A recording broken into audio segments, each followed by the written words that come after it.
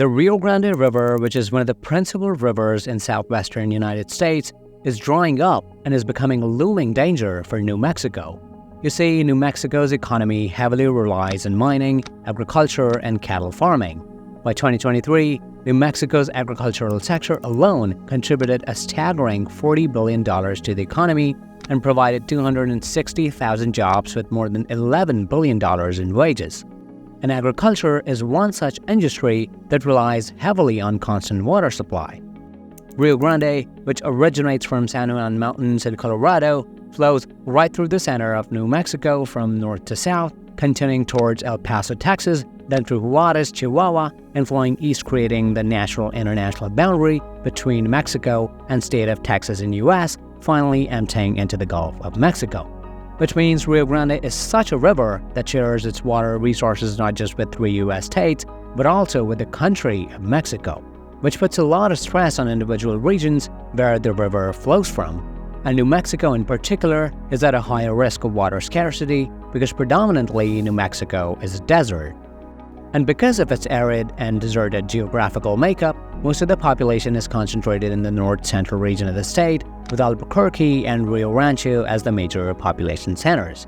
And if you take a look at the agricultural belt of New Mexico, it's evident that most of the farming is practiced in the Rio Grande River basin and its tributaries because the rest of the state is just too dry and mountainous that it renders agriculture in those areas almost impossible. And with the drying of Rio Grande, the farming industry is at high risk of reduced produce and even at the brink of complete crop loss of some varieties. And the signs of climate change are evident throughout the Rio Grande Basin, especially in New Mexico. In the south of the Elephant Butte Dam, the river frequently dries up completely for as far as the eyes can see. In 2022 alone, the river was hit by an unprecedented drought and dried up for hundreds of miles between the international border of Texas and Mexico. And this single photograph paints a vivid picture of the dangerous situation in the state. The Rio Grande now flows at historically low levels through the arid desert valleys while the agricultural sector and other dependent industries keep irrigating their farmlands. However, if you look carefully in the distance, you would see the Calf Canyon and Hermit's Peak wildfire burning and destroying thousands of acres of forests, turning everything into ashes. And to fight these out-of-control wildfires, where do you think the water comes from? Exactly. Will Rogers, the famous humorist, once said, quote, "Rio Grande is the only river I know of that is in need of irrigation," end quote. If you liked the video so far, please consider liking, subscribing, and leaving a comment below. It really helps me as a creator. And now, back to the video. You see, the problem of Rio Grande is not new and is not confined to New Mexico. In fact, it all starts at the snow peaks of Colorado where the river originates from.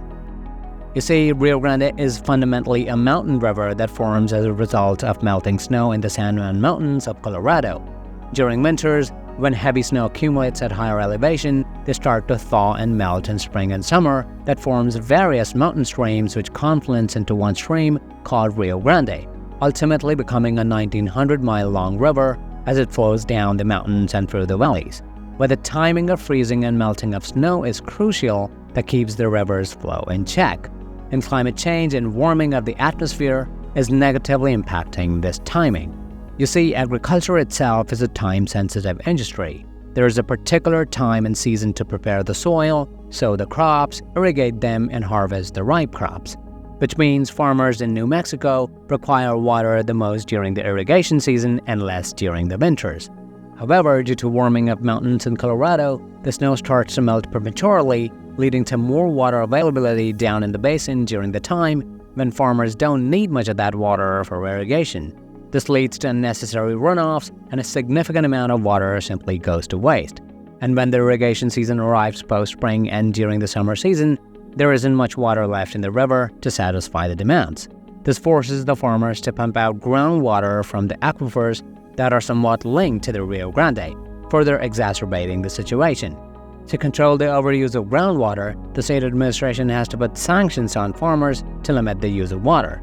This has led many farmers to shut down their farms, leading to job losses, especially in a state that already hangs on a knife's edge when it comes to employment, poverty, and harsh desert conditions.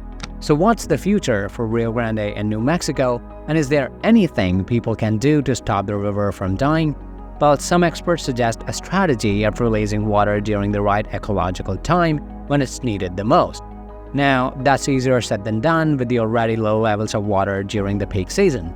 However, the idea is to control the unnecessary runoffs as much as possible post-winter and figure out a way to store the water in reservoirs so that it could be made available at the right time to the 2 million populace and various industries of the state that rely on Rio Grande.